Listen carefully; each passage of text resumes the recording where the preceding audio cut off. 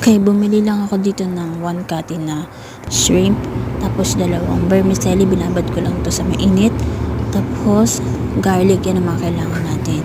Tapos ngayon, ipinailalim ko yung vermicelli sa shrimp. Okay? Parang presentable lang siya, hindi siya kasya sa isa kaya 2. Tapos ngayon, nag-chop lang ako ng garlic.